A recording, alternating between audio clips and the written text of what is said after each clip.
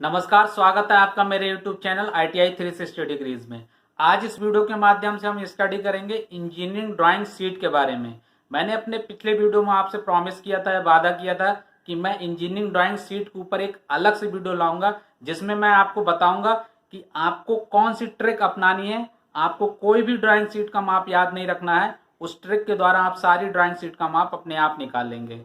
तो आज का ये वीडियो उसी ड्राइंग शीट की माप को निकालने के लिए ट्रिक के ऊपर है। साथ ही उस ट्रिक को जो मैं आपको बताऊंगा उसको मैं प्रैक्टिकली प्रूव करके भी दिखाऊंगा। साथ ही मैं इस वीडियो में आपको बताऊंगा कि कौन कौन से क्वेश्चंस हैं जो कि लोको पायलट या टेक्नीशियन या फिर अदर कॉम्पिटिटिव एग्जाम्स में पूछे जाते हैं। तो मेरे साथ इस वीडियो के अंत तक जरूर बने रहिए, यह वीडियो बहुत ही इंटरेस्टिंग होने वाला है। आइए स्टार्ट करते हैं।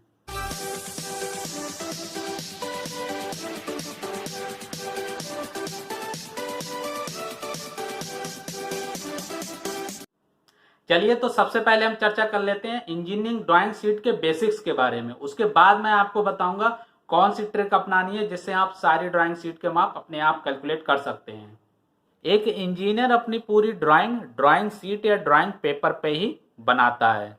इंजीनियरिंग ड्राइंग बनाते समय बहुत सारी स्केचिंग करनी पड़ती है तथा ड्राइंग को लंबे समय तक सुरक्षित भी रखना पड़ता है। इसलिए यह बहुत ज़रूरी है कि हमें एक अच्छी क्वालिटी की ड्राइंग शीट प्रयोग करनी चाहिए।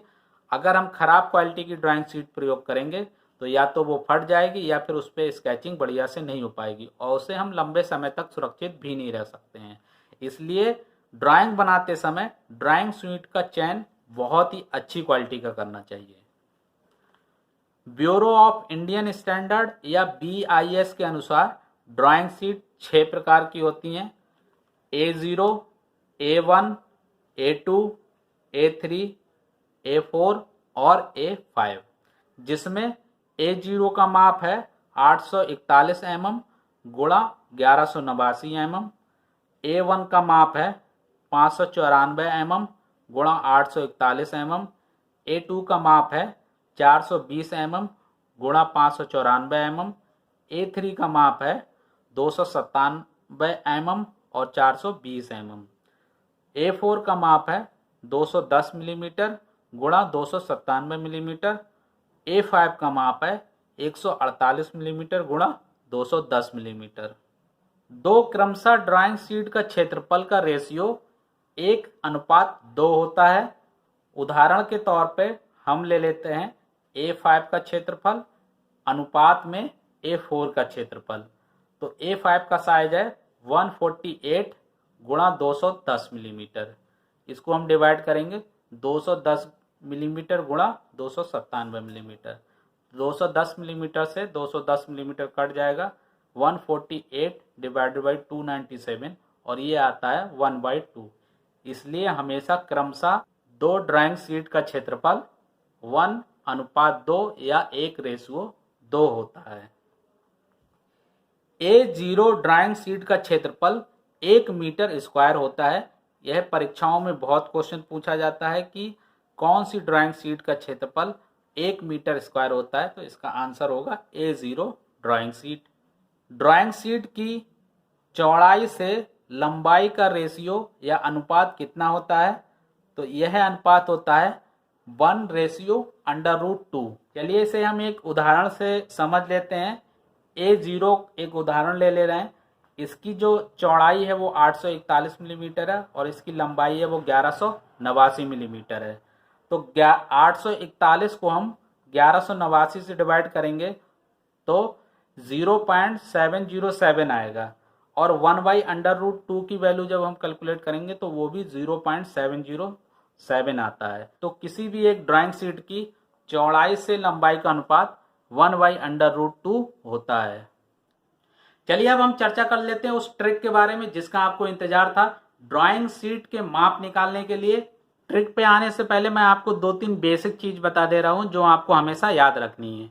ड्राइंग शीट के जो माप होते हैं वो 6 प्रकार के 6 माप होते हैं ड्राइंग शीट के: A0, A1, A2, A3, A4 और A5, जिसमें जो A0 होता है वो सबसे बड़ा माप होता है। उससे छोटा माप होता है A1, उससे छोटा होता है A2, फिर उससे छोटा होता है A3, फिर उससे छोटा होता है A4, फिर उससे छोटा होता है A5 और सबसे छोटा जो होता है वो A5 ही होता है। चलिए पहले हम 3 कॉलम वाली एक टेबल बना लेते हैं। पहले कॉलम में लिख लेते हैं ड्राइंग शीट के माप। इसकी हम 6 रो बना लेते हैं, जैसे कि हमें पता है कि 6 टाइप की ड्राइंग शीट होती हैं जो 6 माप में मिलती हैं। तो पहले हम लिख लेते हैं पहली रो में A0, फिर A1, फिर A2, फिर A3, फिर A4 और फिर A5। मैं जो ट्रिक बता रहा हूँ इसे बहुत ही ध्यान से सुनना, और जैसे मैं कर रहा हूँ वैसे ही करना है इसको। यदि आपने कोई भी स्टेप ऊपर नीचे कर दिया तो आपके माप गड़बड़ आ जाएंगे। तो मैं जैसे क्रम में लिख रहा हूँ A0, A2, A3, A4, A5, आपको भी वैसे ही क्रम में लिखना है। दूसरे कॉलम में लिख लेते हैं चौड़ाई और तीसरे कॉलम में लिख लेते हैं लंबाई। तो हमें A0 का माप याद रखना है, सिर्फ A0 का माप हमें याद रखना है। A0 की जो चौड़ाई होती है वो 841 मिलीमीटर होती है और इसकी लंबाई होती है वो 1189 मिलीमीटर होती है। चलिए अब हम आते हैं A1 पर। हम क्या करेंगे, 841 जो A0 की चौड़ाई है उसको हम A1 की लंबाई ऐसे ही लिख लेंगे एज इट।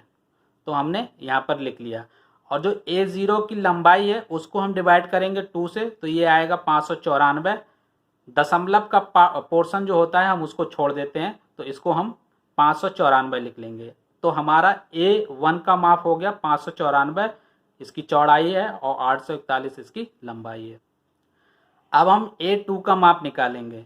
तो चौड़ाई है उसको हम A2 की लंबाई बना लेंगे, बिल्कुल वैसे ही जैसे उसमें दिया है। तो 594 हो गई A2 की लंबाई। अब इसकी चौड़ाई निकालने के लिए हमें A1 की लंबाई को 2 से डिवाइड करना है, तो ये हो गया 420। 0.5 को हम छोड़ देंगे। तो इस प्रकार हमारे A2 का माप हो गया, इसकी चौड़ाई हो गई 420 और इसकी लंबाई हो गई 594। आगे बढ़ते हैं A3 का माप निकालते हैं। तो A3 का माप निकालने के लिए जो A2 की चौड़ाई है उसको हम A3 की लंबाई बना लेंगे, तो हम उसे ऐसे ही लिख लेंगे 420। और A3 की चौड़ाई निकालने के लिए हम A2 की लंबाई को 2 से विभाजित करेंगे और उसको लिख लेंगे। तो 594 को 2 से विभाजित करोगे तो ये आएगा 297। तो इस प्रकार हमारे A3 की डायमेंशन निकल गई या माप निकल गई। 297 इसकी चौड़ाई हुई और 420 इसकी लंबाई हो गई। आगे बढ़ते हैं और A4 का माप निकालते हैं। तो A4 की जो लंबाई है वो A3 की चौड़ाई के बराबर होगी, तो हम उसे ऐसे ही लिख लेंगे 297। अब A4 की हमें चौड़ाई निकालना है, तो हमें पता है कि A4 की चौड़ाई जो A3 की लंबाई होती है उसका हाफ होती है। तो 420 को हम जब 2 से डिवाइड करेंगे तो ये आएगा 210। तो हमारे A4 की भी माप निकल गई है। 210 इसकी चौड़ाई है और 297 इसकी लंबाई है। चलिए अब हम आते हैं अगले ड्राइंग शीट A5 के माप के बारे में। तो A5 की जो लंबाई होगी वो A4 की चौड़ाई के बराबर होगी 210। तो हम उसे ऐसे ही लिख लेते हैं। A5 की जो चौड़ाई होगी वो A4 की लंबाई का हाफ होगी, तो 297 को आधा करेंगे तो 148 आ जाएगा। 0.5 को हम छोड़ देंगे। इस प्रकार इस ट्रिक से हमें सिर्फ एक ड्राइंग शीट का माप याद रखना पड़ा और बाकी सारी ड्राइंग शीट का माप आप खुद निकाल चुके हैं। तो आपको इतना याद रखना है कि जो ड्राइंग शीट बड़ी होती है उससे जो दूसरे नंबर पे छोटी होती है, तो जो बड़ी वाली ड्राइंग शीट है उसकी चौड़ाई और उससे जो छोटी वाली ड्राइंग शीट है उसकी लंबाई दोनों बराबर होती हैं। और जो बड़ी वाली ड्राइंग शीट होती है उसकी जो लंबाई होती है उसको आधा कर देते हैं, तो वो छोटी वाली ड्राइंग शीट की चौड़ाई बन जाती है। चलिए अब मैं आपको प्रैक्टिकली इस ट्रिक को प्रूव करके दिखाता हूँ। मेरे पास एक ड्राइंग शीट है, इसका जो माप है वो A3 माप है। चलिए मान लेते हैं कि हम इसे समझाने के लिए कि ये A0 माप की है। ड्राइंग शीट की, इंजीनियरिंग ड्राइंग शीट की ये वाली जो दूरी होती है ये चौड़ाई होती है और ये वाली जो दूरी होती है ये लंबाई होती है। चलिए अब हम समझ लेते हैं। जो A0 है उसका जो साइज है, उसकी जो चौड़ाई है वो 841 है और उसकी जो लंबाई है वो 1189 है। तो हमने क्या किया था, जो दूसरी उससे छोटी ड्राइंग शीट थी A1, उसकी लंबाई को हमने इसकी चौड़ाई बना दी थी और इसकी जो लंबाई है उसे आधा करके हमने उसकी चौड़ाई बना दी। तो चलिए अब हम क्या करते हैं, इस A0 को A1 में कन्वर्ट करते हैं। तो हम क्या करेंगे, इसकी लंबाई को ऐसे फोल्ड कर लेंगे और इसको ऐसे घुमा देंगे, तो अब ये हमारी जो है वो A1 बन गई। अब A1 को हमें A2 में कन्वर्ट करना है, तो हम क्या करेंगे, इसकी लंबाई को ऐसे आधा कर देंगे और इसको ऐसे घुमा देंगे, तो इसकी जो चौड़ाई थी वो लंबाई बन गई, और जो लंबाई थी इसकी उसको आधा किया तो ये अगले ड्राइंग शीट की चौड़ाई बन गई। तो इसी प्रकार सारे ड्राइंग शीट के माप आप निकाल सकते हैं। अब इंजीनियरिंग ड्राइंग शीट से जो कॉम्पिटिटिव एग्जाम्स होते हैं उसमें क्वेश्चन पूछे जाते हैं। एक तो डायरेक्ट क्वेश्चन आते हैं कि A0 का साइज बताएं, A1 का साइज बताएं, या A2 का साइज बताएं, या A3 का साइज बताएं, ऐसे करके A5 तक डायरेक्ट क्वेश्चन पूछे। दूसरा क्वेश्चन ये बनता है कि कौन सी ड्राइंग शीट का क्षेत्रफल 1 मीटर स्क्वायर होता है, तो A0 जो साइज होता है उसका क्षेत्रफल 1 मीटर स्क्वायर होता है।